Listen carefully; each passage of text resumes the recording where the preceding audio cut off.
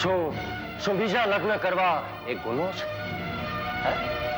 અરે રાજા છું હું, ગમે તેટલી રાણી રાખી શકું, અને આ વાત પ્રજાએ સ્વીકારી છે.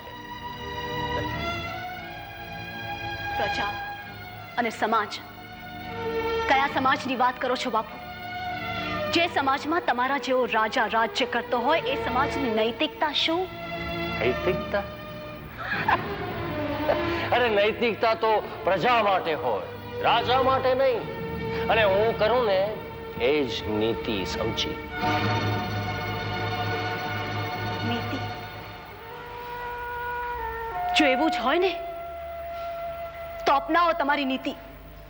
તમે તો રાજા છો બાપુ, પરણી જાઓ ને તમારી પોતાની જ દીકરી સાથે. જે માણસ પોતાની જાતને સંભાળી નથી શકતો એ બીજા લગ્ન શું કરશે બાપુ? બીજી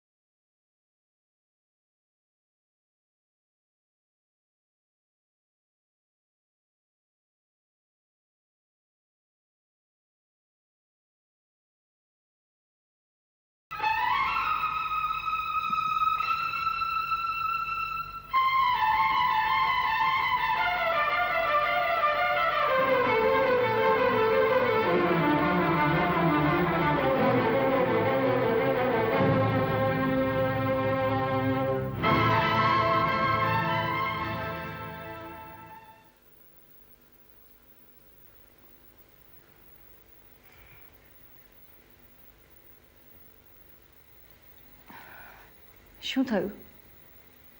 કેમ આટલી અસ્વસ્થ જણાય છે? શું કહું બા, મને તો એટલો ગુસ્સો આવે છે ને. પણ આ બધું તમારા કારણે થયું છે. જો તમે પહેલેથી સાવધાની વર્તી હોત ને તો આજે આ પરિણામ ન આવત. તું ધારે છે એટલી સરળ વાત નથી આ. તો તમે ધારો છો એટલી મુશ્કેલ વાત પણ નથી આ બા. અને આજે તો હું આટલું જ કરીને આવી છું. આગળ જોવો શું શું થાય છે. શું કરીને આવી છે તું? શું કરીને આવી છે તું? કઈ નહીં, બાપુના રંગ રાગ અને વિલાસીનતામાં હું ભંગ પડાવીને આવી છું. પણ હવે વ્યર્થ પ્રયત્ન કરી રહી છે. ભલે, તમને જો આ પ્રયત્ન વ્યર્થ લાગતો હોય તો વ્યર્થ, પણ હું બાપુ સામે બંડ પોકારી અને એમના લગ્ન અટકાવીશ. બંડખોરીને આ ઘરમાં કે આ રાજ્યમાં કોઈ સ્થાન નથી. પછી ભલે ને રાજકુંવરી કેમ ના હોય. જો બંડખોરીની સજા મોત હોય તો મને આ મોત મંજૂર છે બાપુ. હું નથી ઈચ્છતી કે મારે ખાતર તારો જીવ લેવાય. મારું જે થવાનું હોય તે ભલે થાય, પણ તું તારા બાપુનો નાહકનો રોષ ન ભોરી લે. હું તો ન્યાય માંગુ છું, અને ન્યાય માંગવો તે કોઈ ગુનો નથી. તું આ બધી વાતોમાં ન પડે તો વધારે સારું. બા, એક વાત પૂછું? સાચો જવાબ આપીશ? પૂછ.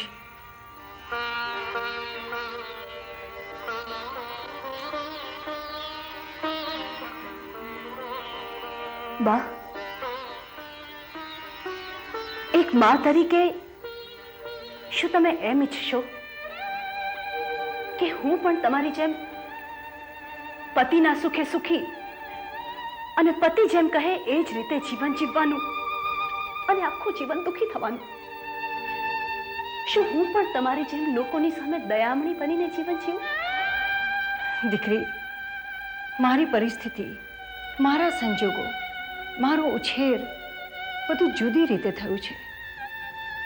એટલે મારી સાથે તારી જાતની સરખામણી ના કરીશ. તારી સામે હજી આખું આયખું પડ્યું છે. બા, હવે મારાથી આ સહન નથી થતું. કેમ સમજતા નથી કે સ્ત્રીને પણ લાગણી હોય, વેદના હોય ને ભાવના હોય? હવે આ ઝેરના ઘૂંટડા મારાથી નથી સહન થતા બા.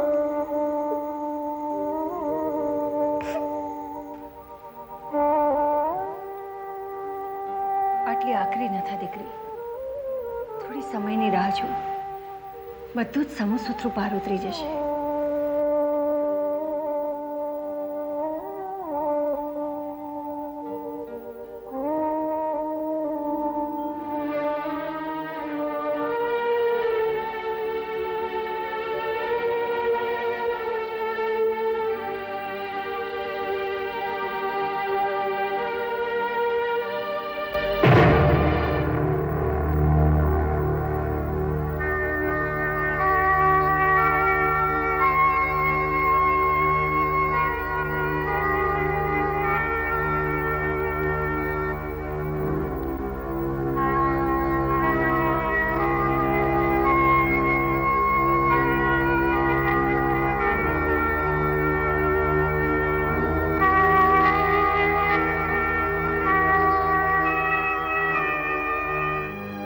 મેજર સાહેબ, તમે આખી એ ઘટનાનું વર્ણન એટલું તો આબેહૂબ કર્યું છે જાણે એનો રોમાંચ હું અનુભવી રહ્યો છું.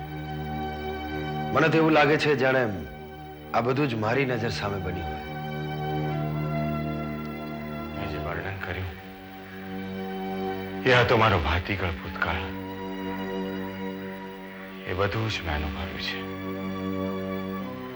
મારી કિશોરાવસ્થામાં પણ મારી સમજ શક્તિ ખૂબ જ પરિપક્વ હતી.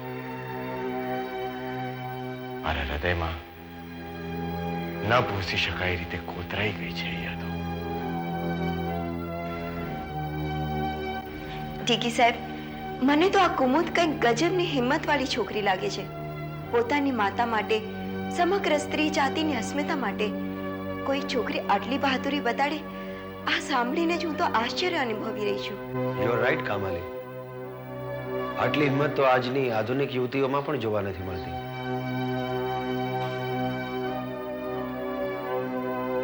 હા, એ ખરેખર બહાદુર છોકરી હતી. એ સ્વતંત્ર મિજાજવાળી, ખુમારી ધરાવતી છોકરી હતી. પણ આવું પગલું ભરતા એને ડર નહીં લાગ્યો હોય? માણસને ડર ત્યારે લાગે છે જ્યારે એને પોતાનો પર વિશ્વાસ ન હોય. એનામાં તો ભારોભાર આત્મવિશ્વાસ છલકાતો હતો. એ પોતાના વિચારોમાં સ્પષ્ટ હતી. એના વિચારો એના સમયથી ઘણા જ આગળ હતા. પોતાના વિચારોનું સમાધાન થાય એના માટે આત્મહત્યા કરવા સમાન હતું. અને આત્મહત્યા કરે એવી એ કાયર નહોતી. મેજર સાહેબ, આર યુ ઓલરાઈટ? ઘણા વખતથી પરિશ્રમ મેં નહોતો કર્યો એટલે જરા ચક્કર જેવું લાગે છે. મેજર સાહેબ, મને લાગે છે તમે આરામ કરો. આપણે આ બધી વાતો પછી ક્યારેક કરીશું. ઓકે? ઓકે.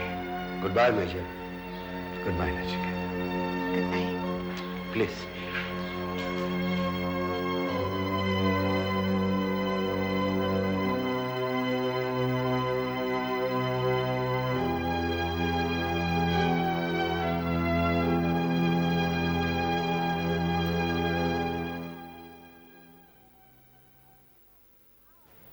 નમસ્તે માસી. અરે વિનાયક, આવ આવ, બેસ બેટા. એકલા જ બેઠા છો? લાગે છે આબુથી કંટાળો આવવા માંડ્યો છે. અરે ના રે ના, શાનો કંટાળો? ને તારા જેવો દીકરો મારું ધ્યાન રાખવા વાળો હોય પછી મને શાનો કંટાળો આવે? હા નહીં નહીં માસી, મેં એવું કાંઈ કર્યું નથી અને હજી સુધી મોકો ક્યાં મળ્યો છે. જુઓ ને, તમને લોકોને મેં આબુ ઇન્વાઇટ કર્યા, ત્યાં અચાનક મારે દિલ્હી જવાનું થયું. બસ આ દિલ્હીની દોડાદોડીમાં ફુરસદ જ નથી મળતી. બસ આ કામ એવી વસ્તુ છે ને માસી, ક્યારેય પીછો છોડતું નથી. કાંઈ નહીં બેટા, એની ચિંતા નહીં કરતો. હું અહીંયા બહુ ખુશ છું. અને આખરે કામ એ કામ છે, સૌથી પહેલું કામ પછી બીજું બધું. માસી તમે લોકો આવ્યા ત્યારબાદ હું માર્કેટ જઈ રહ્યો હતો. ઓન ધ વે મને ડીકી સાહેબ મળ્યા, દિગ્વિજયસિંહ. હા હા. એમની સાથે એમના મિત્ર હતા, મુંબઈથી આવ્યા છે, બહુ મોટા ઉદ્યોગપતિ છે. અને માસી નહીં માનો, મારી બહુ સારી દોસ્તી થઈ ગઈ એમની સાથે. કોણ છે તેઓ? શું નામ છે એમનું? નચિકેત મહેતા. બહુ સારા માણસ છે, મળવા જેવા માણસ છે. માસી આપણે મળવા જઈશું. શું નામ કહ્યું એમનું? નચિકેત મહેતા. નચિકેત મહેતા. બહુ જાણીતું નામ છે, તમે ક્યાંક સાંભળ્યું હશે એમના વિશે. અરે આ દેશના ટોચના ઔદ્યોગિક ઘરાનામાં એમના કુટુંબનું નામ છે.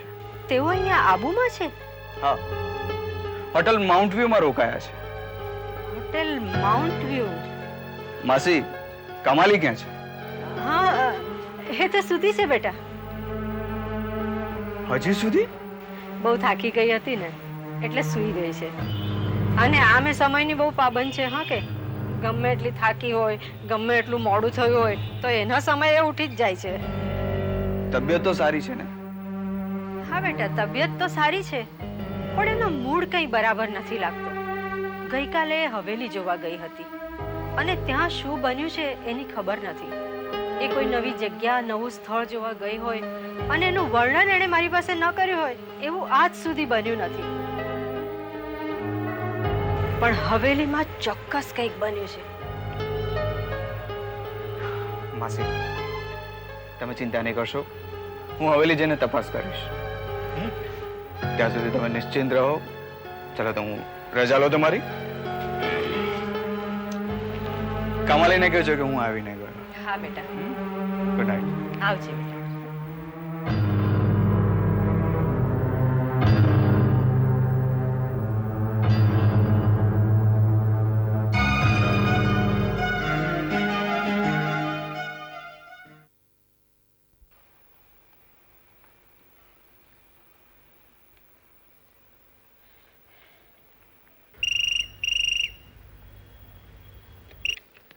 હેલો. હલો મોટા ભાઈ, નચિકેત બોલું છું. હો નચિકેત, કેમ છે તું ભાઈ? ફર્સ્ટ ક્લાસ મોટા ભાઈ. કેમ ચાલે છે તારું કામકાજ? હવેલી પર જઈ આવ્યો કે? જી હા મોટા ભાઈ, આજે જ હવેલી જોવા ગયો હતો. અચ્છા, હવેલી જઈ આવ્યો તું? કેવી રહી તારી મુલાકાત? સરસ, પણ એના વિશે હું વધારે તમને પર્સનલી વાત કરીશ. પણ આપણા કોન્ટ્રાક્ટનું શું થયું? બસ થોડા દિવસોમાં જ જવાબ આવી જશે. તું અહીંયાની ચિંતા બિલકુલ કરતો નહીં. તું જો બધું મારા પર છોડી દે. હા હા હા, એક મિનિટ તો તારી ભાભી સાથે વાત કર લે. હલો નચિકેતભાઈ, કેમ છો? બસ મજામાં ભાભી. હવેલી જઈ આવ્યા કે નહીં? આ જોઈ. અને એકો કામાલી સાથે મુલાકાત થઈ કે નહીં? વેલ ભાભી, માત્ર મુલાકાત જ નહીં, અમે બંને હવેલી જોવા સાથે ગયા હતા. શું વાત કરો છો? તમે બંને જણા સાથે હવેલી જોવા ગયા હતા? That's wonderful. ભાભી, આ પણ કમાલ છે નહીં? અહીં આબુમાં પણ કમાલી આમ આકસ્મિક રીતે જ મને મળી ગઈ. હું કઈ સમજી નહીં. નચિકેતભાઈ, જરા ફોડ પાડીને વાત કરો ને તો મને સમજાય. ભાભી, આ બધું હવે અત્યારે ફોન ઉપર હું ક્યાંથી સમજાવું? પછી વાત કરીશ ત્યાં આવીને. ઠીક છે, પણ જણાવજો ખરા. અને હા, એ રાજી થઈ કે નહીં? એની તો ખબર નથી, પણ મેં મારા તરફથી બધી ચોખવટ કરી દીધી છે. નચિકેતભાઈ, ચોખવટ કરી એ સાચી વાત છે, પણ તમારે એનું મન તો જાણી લેવું હતું. વેલ ભાભી, યુ નો, કામાલી મને થોડી ડિસ્ટર્બ લાગી. એટલે કે એણે કોઈ સરખો જવાબ ના આપ્યો અને એટલે જ મને થયું કે... તમારી વાત સાચી છે, પણ જુઓ, અહીંયા આવવાની જરાય ઉતાવળ નહીં કરતા. બધું કામ પૂરું પાડીને આવજો. હા ભલે ભાભી, હવે ફોન મૂકો. હા હા મૂકો, પણ જુઓ સાંભળો મારી વાત. આવો ને ત્યારે શુભ સમાચાર લઈને આવજો, નહીં તો ઘરમાં દાખલ નહીં થવા દઉં. ઓકે ભાભી. Okay, bye. શું કે છે નચિકેત કામાલી વિશે? કઈ નહીં, હજી સુધી કઈ નક્કી નથી થયું. થઈ જશે, તું નકામી ચિંતા કરે છે. આ તારો સ્વભાવ જ ઉતાવળિયો થઈ ગયો છે. શું કરું, સ્ત્રીનો સ્વભાવ છે ને. Good evening mister Indranil. Oh good evening inspector. કેમ છો? બસ વેરી વેલ થેન્ક યુ. બેસો. Thank you. હા કેમ ચાલે છે તમારી તપાસ? આગળ વધી કે નહીં? બસ અમારી તપાસ હવે પૂરી થવામાં જ છે. થોડા જ સમયમાં ગુનેગાર અમારા તાબામાં હશે. Very good. મિસ્ટર ઇન્દ્રનીલ, મારે તમારી પાસેથી થોડીક માહિતી જોઈએ છે, if you don't mind please. Sure inspector, તમારે જે પૂછવું હોય વિના સંકોચે પૂછો. આ વિપાશા વિશે તમારો શું અભિપ્રાય છે? આઈ મીન એનો સ્વભાવ કેવો છે, એનું કેરેક્ટર કેવું છે? ભાષા વિશ્વાસપાત્ર છે, નિષ્ઠાવાન છે, મહેનતુ છે. I think she is efficient. Inspector એ ખૂબ ભલી છોકરી છે. આઈ થિંક એના પર શંકા કરવાનું કોઈ કારણ નથી. જો એવું જ હોય તો પછી એ રાયચુરા જેવા માણસને ઓફિસની બહાર વારંવાર શા માટે મળે છે?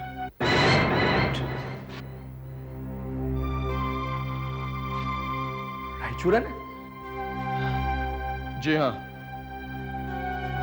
વિપાશા પણ રાયચુરાની સાથે ભળેલી છે. શું વાત કરો છો? હા, આ ઇન્ફોર્મેશન એકદમ સાચી છે. મિસ્ટર ઇન્દ્રનીલ, આ તો શું છે કે ભવિષ્યમાં તમને કોઈ માઠા અનુભવ ન થાય એટલે તમને ચેતવી દેવાય મારી ફરજ છે. જોકે મારી તપાસ હજુ ચાલુ જ છે અને પરિણામ પણ બહુ જલ્દીથી આવી જશે. થેન્ક યુ ઇન્સ્પેક્ટર, અમને ચેતવવા બદલ. એનીવે મિસ્ટર ઇન્દ્રનીલ, હવે હું તમારી રજા લઈશ. સર આપ શું લેશો? ઠંડુ ગરમ કંઈ? No nothing, thank you very much. Sure. Yeah sure. આવજો. Good night.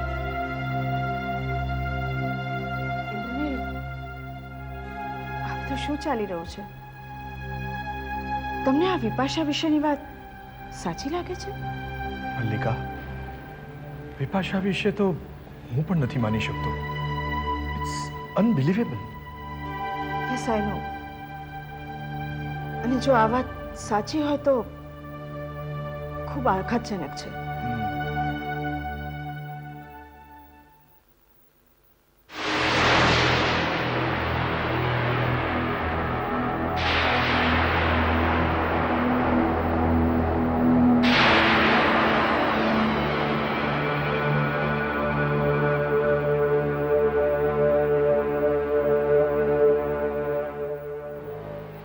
Good evening sir. હો ગુડ ઇવનિંગ વિપાશા. આવો. સર, મારે તમને ફેક્સ આપવાનો હતો. અર્જન્ટ છે. અને સર, આ પેપર્સ પર તમારી સહી પણ જરૂર છે. હા, ક્યાં કરવાની છે? સર, અહીંયા. કેમ છો ભાભી? Fine thank you. તું કેમ છે? ફાઇન. કેમ ચાલે છે કામકાજ? સરસ. Thank you sir. સર, આ ઇન્સ્પેક્ટર અહીં નચિકેતનો જે એક્સિડન્ટ થયો હતો એની તપાસ ચાલે છે. થોડાક પુરાવા મળ્યા છે અને એ બાબત જ વાત કરવા પોલીસ અહીંયા આવી હતી. સર, આ ફક્ત અકસ્માત જ હતો નહીં? No Vipasha, it was not an accident. બહુ જ યોજનાપૂર્વક ઘડેલું કાવતરું હતું. જોકે ચિંતાનું હવે કોઈ કારણ નથી. બહુ જ થોડા સમયની અંદર અસલી ગુનેગારો સળિયા પાછળ હશે. Yes sir. Guilty must be punished. Yes indeed, they must be punished.